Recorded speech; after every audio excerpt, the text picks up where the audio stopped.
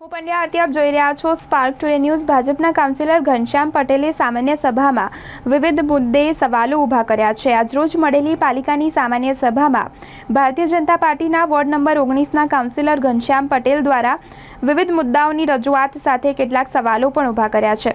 ઘનશ્યામ પટેલે આજે સભામાં મકરપુરા વિસ્તારમાં સુઝેન પાસે બ્રિજ બનાવવાની માંગ કરી, જે કેટલાય સમયથી મંજૂર થઈ ગયું હોવા છતાં કેમ કામ શરૂ નથી થયું, તો આ બ્રિજ બનાવવાની માંગણી તેમણે કરી હતી। આ સાથે ટી ગાર્ડ માટેનો ઇજારો હજી થયો નથી। વરસાદ હવે શરૂ થવાનો છે, ત્યારે જો ઇજારો જ નથી થયો તો ટી ગાર્ડ વિના વૃક્ષો કેવી રીતે વાવી શકાશે, તે મુદ્દે પણ રજૂઆત કરી છે। સાથે સ્ટેન્ડિંગના કામોમાં જ્યારે અમારા વિસ્તારોમાં સ્થળ પર વિઝિટ કરવામાં આવે છે તો તેમાં પણ અમને સ્થળ પર બોલાવવા જોઈએ અને અમારા સૂચન પણ લેવા જોઈએ તેવી માંગણી કરી હતી। તેમણે જણાવ્યું હતું કે સભાનું પહેલાં વજન પડતું હતું, અત્યારે સભામાં રજૂઆત કરીએ છીએ તો પણ અધિકારીઓને કોઈ ફરક પડતો નથી। સાથે કોર્પોરેશન દ્વારા છપાવવામાં આવતી ડાયરી મુદ્દે પણ રજૂઆતો કરતા જણાવ્યું હતું કે ડાયરી 6 મહિના બાદ મળે છે, જેનો કોઈ મતલબ રહેતો નથી અને ખોટા ખર્ચા પાલિકાના માથે આવે છે, જેથી ડાયરી 12મા મહિનામાં મળી જાય તેવું આયોજન કરવું જોઈએ। મારી માંગણી હતી કે હું છેલ્લા 3 વર્ષથી કાઉન્સિલર થયો છું।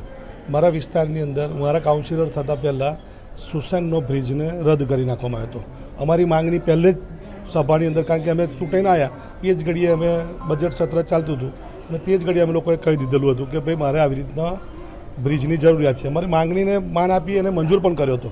હવે છેલ્લા 3 વખતથી મંજૂર જ થયા કરે છે, જ્યારે બીજા પાછળથી જે લોકોને મંજૂર થયા છે એને ખાતમુહૂર્ત થઈ ગયા છે, એની કામગીરી શરૂ કરવા માટેનું કરી દીધું છે। તો સોસરવાળા બ્રિજની પણ જરૂરિયાત તો છે જ ને, અને એ જોવે જ, કારણ કે તમે અત્યારે પણ જઈ શકો છો, ખૂબ ટ્રાફિક થાય છે, ત્યાંની પ્રજા અમારા વિસ્તારની છે બહુ રંજાડાઈ છે અને એ તકલીફ પડે છે, એના માટે રજૂઆત કરી હતી। પિંજરાનો કઈ ઇસ્યુ હતો? તમે જોઈ શકો છો કે ચોમાસું શરૂ થઈ ગયું છે, બરાબર છે, વરસાદ પણ એક થઈ ગયો છે।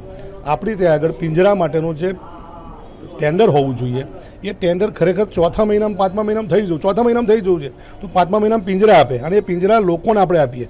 હજુ પિંજરાનું ટેન્ડર જ નથી થયું તો ટેન્ડર ક્યારે કરશે, સ્ટેન્ડિંગમાં ક્યારે આવશે, ક્યારે અમે લોકોને પિંજરા આપીશું? અને પાછા આપણે સ્લોગન લગાવીએ છીએ ને, વૃક્ષ વાવો અને સમૃદ્ધિ લાવો, વૃક્ષ વાવો અને વરસાદ લાવો। તો આ વૃક્ષ વાવવા માટેનું તો કામગીરી કરવાની છે। સ્ટેન્ડિંગના કઈ ઇસ્યુ હતા? સ્ટેન્ડિંગમાં બી તમારી સલાહ લેવી જોઈએ તેવી માંગણી હતી। મારી સલાહ લેવી જોઈએ એવું નહીં કહેતો હું, પણ મારા વિસ્તારની અંદર કોઈ પણ કામ થતું હોય કે જેનું ટેન્ડર આવ્યું હોય તો મારું એવું કહેવું છે કે સ્ટેન્ડિંગના સભ્ય આવી અને મારા વિસ્તારમાં આવી અને કામ જોઈને જતા રહે છે કે આ કામ રિનોવેટ કરવા જેવું છે, તો મારા વિસ્તારની અંદર શું પ્રોબ્લેમ છે મને ખબર છે। કંઈ ઉત્તરના કોઈ કોર્પોરેટરને કે પશ્ચિમના કોઈ કોર્પોરેટરને કે પૂર્વના કોર્પોરેટરને શું ખબર હોય કે એની શું જરૂરિયાત છે કે શું નથી? અને અધિકારીઓએ જ્યારે કામ મૂક્યું છે તો વગર વિચારે મૂકી દીધું હતું, ખાલી કારણ જ મૂકી દીધું હતું।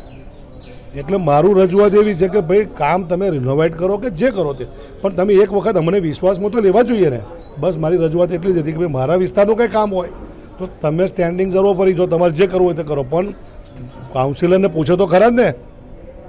અધિકારીઓ છે તે કંઈક ક્યાંક ને ક્યાંક બધા ગોલ ફેરવ્યા કરે છે, કારણ કે જા બિલ્લી કૂદતે કો માર, બધા જૂઠું બોલે છે, કોઈ કશું કામ નહીં કરતું।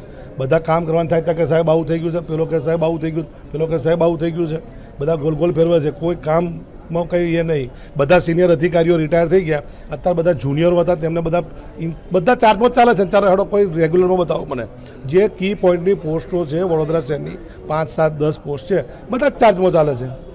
તો શું કામ ભાઈ કરો ને, ભરતી કરો, અથવા તો પ્રોપર નીચે 2 લોકોને જોડે રાખો અને તૈયાર કરો નવી પેઢીને। વડોદરા શહેરને કંઈ 2 વર્ષ પછી બંધ કરી દેવાનું છે? ઘનશ્યામભાઈ, સભા સર્વોપરી હોય છે, પણ ક્યાંક ને ક્યાંક સભાની પકડ હવે રહી નહીં એવું લાગી રહ્યું છે। એવું તો મેં હમણાં તમે કીધું ને કે સભા સર્વોપરી હોય છે, સભામાં રજૂઆત થતી હોય તો અધિકારીને બીક લાગવી જોઈએ કે સભામાં રજૂઆત થશે તો મારી પર એક્શન લેવાશે।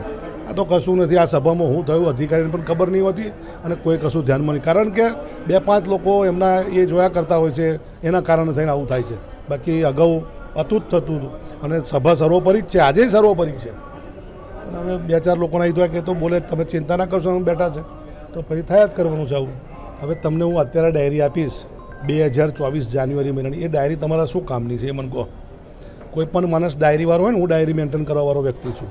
હું 12મા મહિનામાં ડાયરી યુગ ધર્મમાં જઈને પહેલાં જ પરચેસ કરી લાવતો હોઉં છું, કારણ કે મારે કામ હોય કે જેને પણ ડાયરીની જરૂરિયાત છે એ માણસ યુગ ધર્મમાં જઈને પહેલે દિવસથી જ લખવાનું હોય છે ને, કારણ કે 12મા મહિનામાં મારે કોઈ એપોઇન્ટમેન્ટ છે કે મારે કોઈક જગ્યાએ જવું છે કે મારે કંઈક વસ્તુનું કામ છે, મને તમે વાયદો કર્યો છે અથવા તો મારે કંઈક કામ છે, તો એ 12મા મહિનામાં જ મારે એ પહેલા મહિનાની ડાયરી લઈને ભરવું પડે. તમે મને માનો કે કંઈક કીધું કે ભાઈ આપણે 12મી જાન્યુઆરીના દિવસે તય જઈશું, માનો કે 20મી ડિસેમ્બરે ચર્ચા થઈ, તો મારી પાસે ડાયરી હોય તો તે ઘડી એવું લખી શકું કે ભાઈ 12મી તારીખે આપણે આ ફલાણા ભાઈની જોડે આપણે અમદાવાદ જવાનું છે સવારે 10 વાગે. તો એના માટે છે ડાયરી, એના માટે મેન્ટેન કરવા માટે છે. એ ડાયરી તમે 6ઠ્ઠા મહિને આપો છો, ખોટો ખર્ચ કરવાનો હું લેવા હારું. એના કરતાં કોરોના કાળમાં ડાયરી નથી છપાઈ ને, કેમ વડોદરા શહેર નહીં ચાલ્યું, ડાયરી વગર નહીં ચાલતું, ખોટો ખર્ચ કરવાની જરૂરિયાત નહીં, મારું એવું કહેવું છે.